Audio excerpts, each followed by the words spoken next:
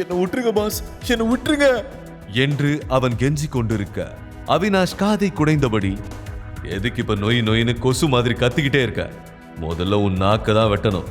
இந்த நாக்கு தானே என்ன போலீஸ் கிட்ட போட்டு கொடுத்துச்சு.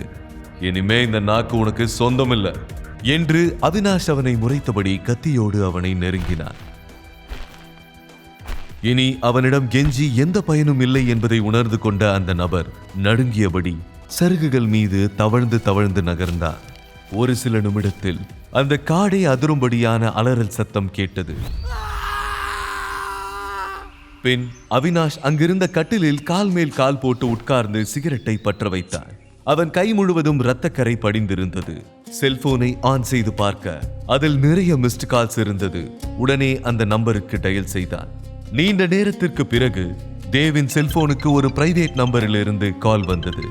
போனை எடுத்து, யார் நீ, எதுக்கு எனக்கு கால் பண்ண? கரகரப்பான குரலில் கேட்க தேவ் தன்னுடைய முழு திட்டத்தையும் அவனிடம் எடுத்துச் சொன்னான். இப்படிப்பட்ட ஒரு அரக்கனைத்தான் தேவ் தன்னை கொல்வதற்கு அனுப்ப போகிறான் என்று தெரியாத சிவா ரேகாவிடம் பேசுவதற்காக ஹோட்டலுக்கு வெளியில் காத்திருந்தார். அதே ஹோட்டலுக்கு நந்தினியும் அவளுடைய ஃப்ரெண்ட்ஸும் வந்திருந்தார்கள். அவர்கள் எல்லோரும் அரட்டை அடித்துக் கொண்டிருந்த போது நந்தினியின் ஃப்ரெண்ட், ஹே நந்தினி, உன் சிஸ்டர் கூட இதே ஹோட்டலுக்கு தான் வந்திருக்கான்னு நினைக்கிறேன் என்று சொல்ல, இம்பாசிபிள், அதுக்கு வாய்ப்பே இல்ல. இந்த மாதிரி ஹோட்டலை பார்க்க கூட ஒரு அருகதை வேணும். அதெல்லாம் அவளுக்கு சுத்தமா இல்ல. அவளாவது 5 ஸ்டார் ஹோட்டலுக்கு வர்றதாவது. நீ யாரையோ பார்த்துட்டு அவந்திகான்னு தப்பா நினைச்சுக்கிட்டு இருக்க என்றாள் நந்தினி. நோ, ஐம் ஷுர், அது அவளே தான். அவ கூட ஒரு ஆளும் இருந்தான். நீ வேணா இப்பவே போய் ரூம் 27 செக் பண்ணி பாரு. நான் சொல்றது உண்மைதான்னு உனக்கே புரியும் என்று உறுதியாக சொல்ல, சிறிது நேரம் யோசித்த நந்தினி எழுந்து ரூம் நம்பர் 27ஐ நோக்கி வேகமாக சென்று கதவை தட்டினார். ஆனால் அவள் மனதில் ஆழமாக நம்பிக்கை இருந்தது. கண்டிப்பாக அவந்திகாவால் இது போன்ற 5 ஸ்டார் ஹோட்டலுக்கு வர முடியாது. அப்படியே வந்தாலும் பிரைவேட் ரூம் புக் பண்ண வாய்ப்பே இல்லை என்று நம்பினார். தன்னுடைய ஃப்ரெண்ட்ஸுக்கு இதை புரிய வைப்பதுதான் அவளுடைய ஒரே நோக்கமாக இருந்தது. ரூமுக்குள் இருந்த அவந்திகா சிவாதான் திரும்பி வந்து விட்டான் என்று நினைத்து கதவை திறந்தார். ஆனால் அங்கே நந்தினி நிற்பதை பார்த்து ஷாக் ஆகிவிட்டார். அவந்திகா பதில் சொல்வதற்குள் நந்தினி வேகமாக, ஓ, வேலை கிடைச்ச உடனே ஆட்டத்தை ஆரம்பிச்சிட்டியா? இதுக்கு எவனை கரெக்ட் பண்ண என்று கேட்க, ஷட் அப் நந்தினி, எனாஃப். இன்னும் எவ்வளவு நாளைக்கு தான் அம்மாவும் பொண்ணும் என்னை இன்சல்ட் பண்ணிட்டே இருக்க போறீங்க? இப்போ எதுக்கு என்ன ஃபாலோ பண்ணி வந்த என்று கேட்டார். இத்தனை நாளும் பயந்தவளாய் இருந்தவள் இப்போது திடீரென தன்னை எதிர்த்து பேசுவதை பார்த்து நந்தினி ஒரு செகண்ட் ஷாக் ஆகிவிட்டார். பிறகு தன்னைத்தானே நிதானப்படுத்திக் கொண்டு, வாட் நான்சென்ஸ், நான் உன்னை ஃபாலோ பண்றேனா? இங்க பாரு, இந்த திமிர் பேச்செல்லாம் வேற யார்கிட்டயாவது காட்டு. உனக்கு வேலை கிடைச்சதுக்கு காரணமே நான் தான், அது தெரியுமா உனக்கு? தர்மா குரூப்ஸ் MD தினேஷுக்கு நீ என் தங்கச்சின்னு எப்படியோ தெரிஞ்சு போச்சு. அதனாலதான் பரிதாபப்பட்டு உனக்கு அந்த வேலையை கொடுத்திருக்காரு என்றார். அதற்கு மேல் அவந்திகாவால் பொறுமையாக இருக்க முடியவில்லை. அப்படி பார்த்தா அந்த வேலையை அவங்க உனக்கே தந்திருக்கலாமே, ஏன் தரல? என்னோட டேலண்டால தான் எனக்கு வேலை கிடைச்சது என்று ஸ்ட்ராங்காக சொன்னார். அந்த பதிலை கேட்டு நந்தினிக்கு அவமானமாக இருந்தது. அவள் கோபத்தில் பற்களை கடித்தார். இருவருக்கும் நடுவில் இப்படி ஒரு பிரச்சனை போவது தெரியாத சிவா ஹோட்டலுக்கு வெளியில் வந்து ரேகாவுக்கு கால் செய்தான். டேய் சிவா, எதுக்காக என் பொண்ணை ஃபாலோ பண்ற என்று அவனுக்கு பின்னால் ஒரு குரல் கேட்க அங்கு ரேகா நின்று கொண்டு இருந்தார். வாட்? நான் எதுக்கு உங்க பொண்ணை ஃபாலோ பண்ணணும்? உங்க பொண்ணு கிட்ட இருந்து டிவோர்ஸ் கேட்டதே நான் தான், அதை மறந்துடாதீங்க என்றான். ஒரு பொண்ணை டிவோர்ஸ் பண்ணிட்டு இன்னொரு பொண்ணு பின்னாடி சுத்திரியே, இது உனக்கு நியாயமா இருக்கா? தயவு செஞ்சு அவளை எங்களுக்கு திருப்பி கொடுத்துரு என்று சொல்ல, அதை கேட்டு ஷாக்கான சிவா, நீங்க அவந்திகாவை பத்தியா பேசுறீங்க? எப்போல இருந்தா உங்க பொண்ணானா? நீங்க என்னைக்குமே அவளை உங்க பொண்ணா இல்ல, ஒரு மனுஷியாவே நினைச்சது இல்லையே. காசுக்காக அவளை மாஃபியா கிட்ட விற்க பார்த்துட்டு இப்ப மட்டும் என்ன திடீர் பாசம் என்று கோபமாக கேட்டார். அது உனக்கு தேவையில்லாத விஷயம். இது எங்க ஃபேமிலி மேட்டர்.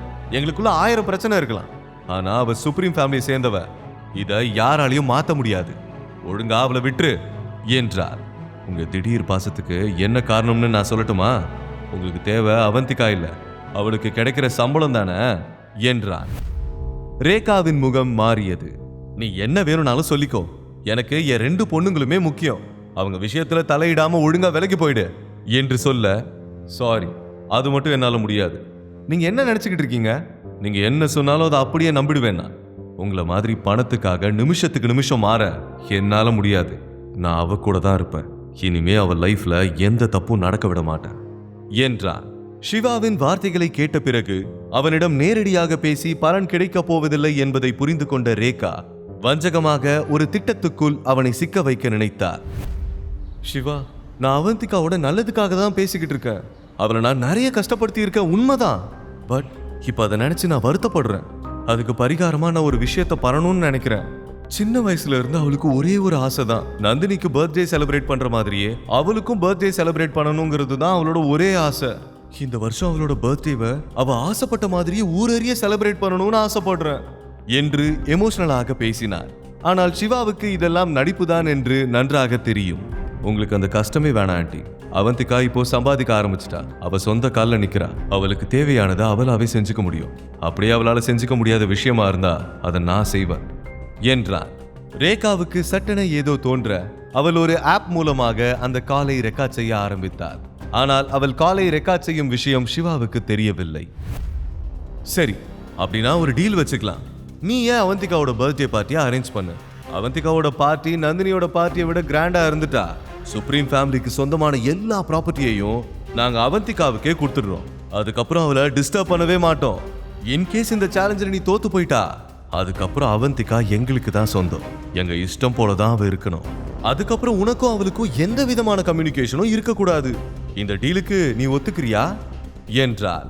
அவளை எப்படியாவது நிம்மதியாக வாழ வைக்க வேண்டும் என்றுதான் சிவா விரும்பினார். அதற்கு அவர்களே ஒரு வாய்ப்பு கொடுக்கும் போது எப்படி அதை தவறவிட முடியும்? அதனால் அவன் அதை உடனே ஏற்றுக்கொண்டான். எனக்கு இந்த டீல் ஓகே. நான் பார்ட்டிக்கு அரேஞ்ச் பண்றேன். நிச்சயம் அது நந்தினியோட பார்ட்டியை விட 10 times பெஸ்டா தான் இருக்கும். இதுல நான் தோத்துட்டா தாராளமா நீங்க உங்க அவந்திகாவை கூட்டிட்டு போகலாம்.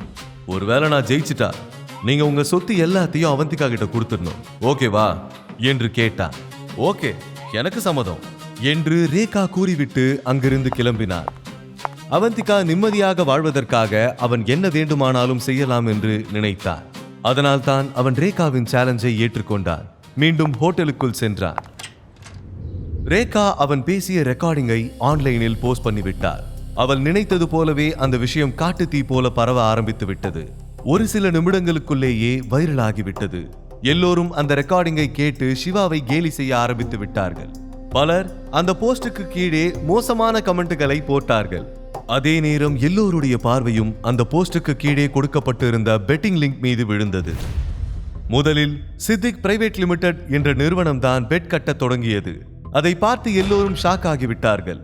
ஏனென்றால் சித்திக் நிறுவனம் மிகப்பெரிய நிறுவனம்.